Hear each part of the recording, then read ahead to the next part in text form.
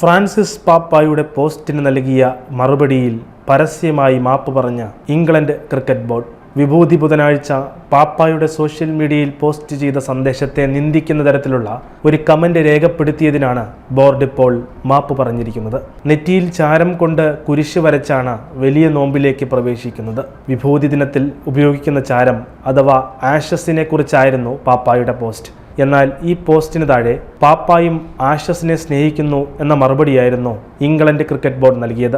ഇംഗ്ലണ്ടും ഓസ്ട്രേലിയയും തമ്മിലുള്ള ചരിത്രപരമായ ക്രിക്കറ്റ് ടൂർണമെന്റായ ആഷസ് പരമ്പരയുമായി ബന്ധപ്പെടുത്തിയാണ് ഇംഗ്ലണ്ട് ക്രിക്കറ്റ് ബോർഡ് ഇത്തരത്തിൽ ഒരു മറുപടി നൽകിയത്. പരിശുദ്ധമായ ഒരാചാരത്തെ ഹാസ്യവൽക്കരിച്ച ഇംഗ്ലണ്ട് ക്രിക്കറ്റ് ബോർഡിനെതിരെ വ്യാപകമായ പ്രതിഷേധമാണ് ഉയർന്നത്.